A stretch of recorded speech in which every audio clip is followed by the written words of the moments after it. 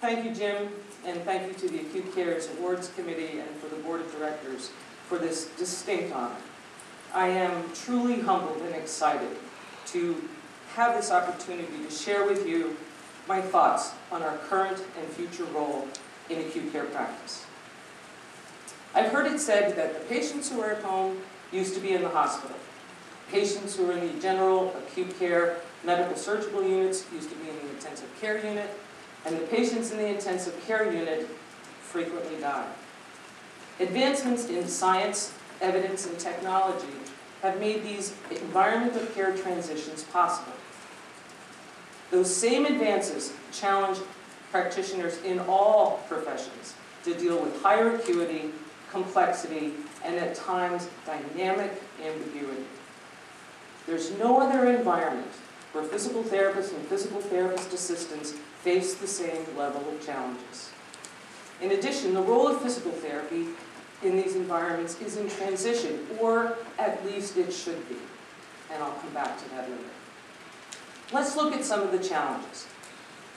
In order to successfully meet the needs of our patients and our organizations, we must establish and maintain on a daily basis professional relationships with a myriad of individuals at all levels of the organization, with all levels of education and training. Our role as specialists in movement impairments, disorders, and functional limitations is unique amongst all the other healthcare professionals involved in the management of the acutely ill person. Our critical thinking and clinical decision-making in this setting is unique as well. We must anticipate, interpret, diagnose, and prognosticate the impact of acute pathophysiology, pharmacology, and surgery. Using our knowledge of acute pathophysiology, pharmacology, and surgical techniques, we must strive on a daily basis to prevent iatrogenic impairments wherever possible.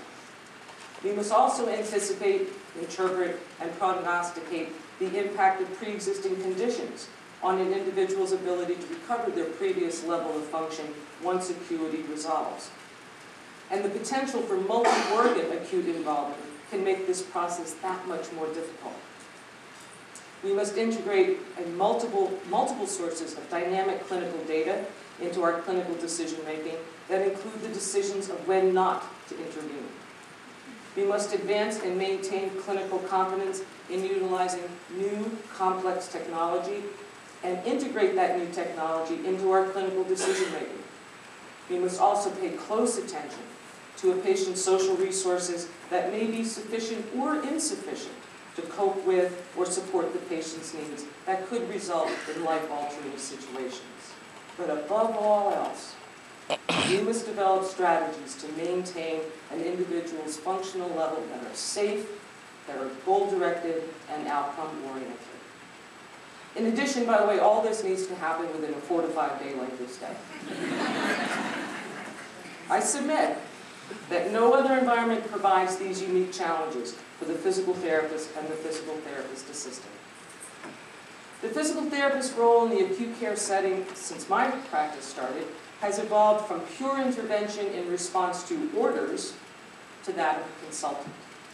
Merriam-Webster defines a consultant as an individual who gives professional advice and services. An expert.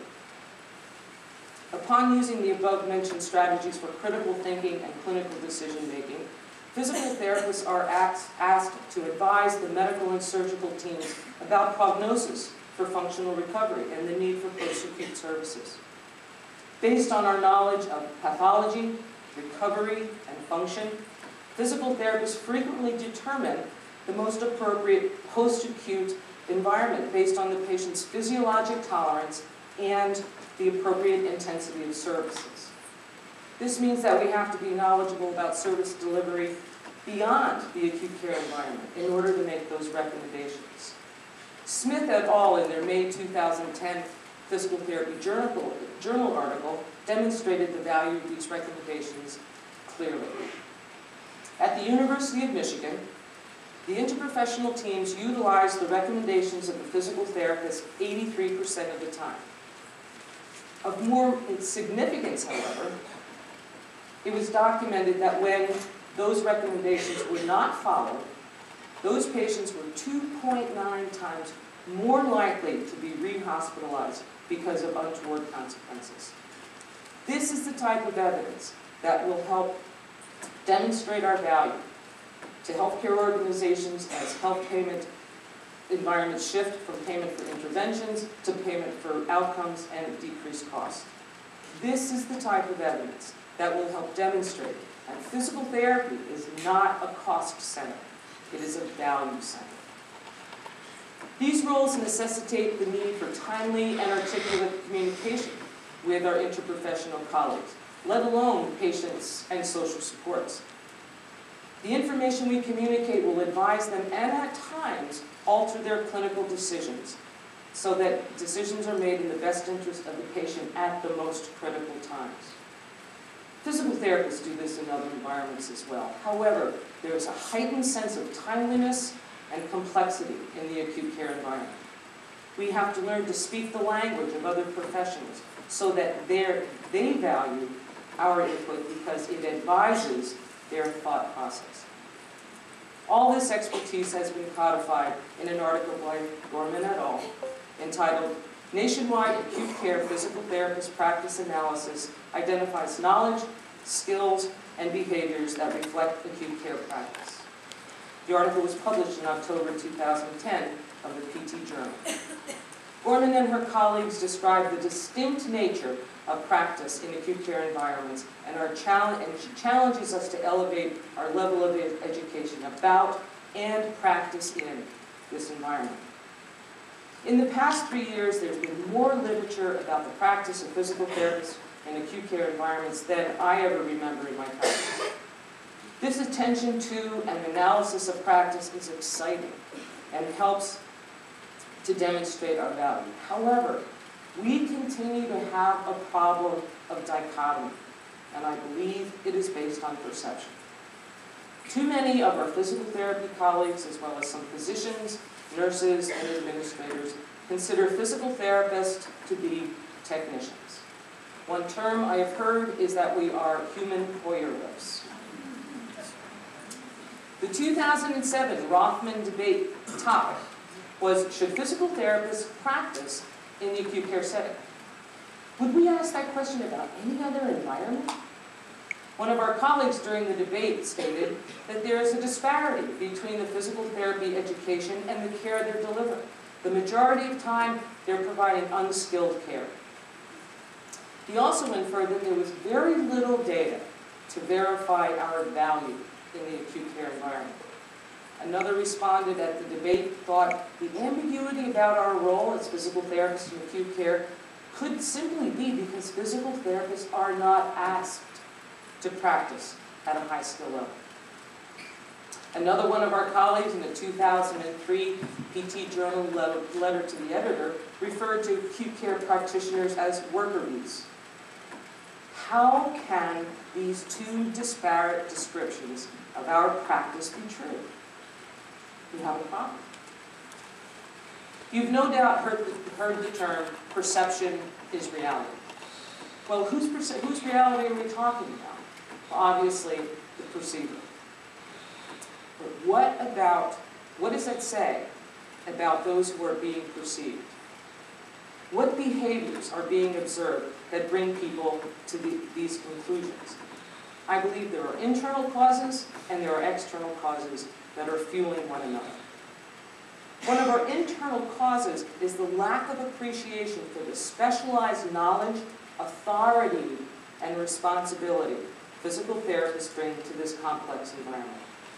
No other healthcare practitioner is educated like a physical therapist.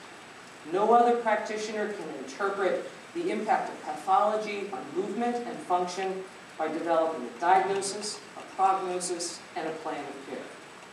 We have to acknowledge and respect our unique contribution. However, in recognizing our contribution, we also have to recognize and accept our authority as well. The consultative role in licensure confers authority. In accepting these professional roles, we must also accept full responsibility for our decisions and our actions. Paul Starr, in his text, The Social Transformation of American Medicine, said, "The kind of authority claimed by a profession involves not only the skill in performing a service, but in the capability to judge the experiences and the needs of clients." Starr goes on to say that more authority is granted to professions when they resolve two conflicts: the internal conflict of consensus and the external conflict of legitimacy. We need to reach an internal consensus on what skilled practice is and not tolerate variations that produce poor outcomes and waste valuable resources. Those in administrative positions have been given the organizational authority to make those decisions. However, every physical therapist at the point of care also has a professional authority and responsibility to make those decisions. Coming to an internal consensus will not necessarily be easy. The process of consensus will challenge those who are not practicing at a level commensurate with our education, authority, and responsibility. The consensus process could include practice comparisons with the practice analysis published by Gorman et al. And help to form a basis for standardized competence that is consistent and outcome-oriented. The APTA staff has brought together acute care clinicians from a variety of practice settings to develop a description of a model physical therapist practice in an acute care environment. And lastly, the Illinois chapter has introduced a House of Delegates motion concept, regarding the development of resources to help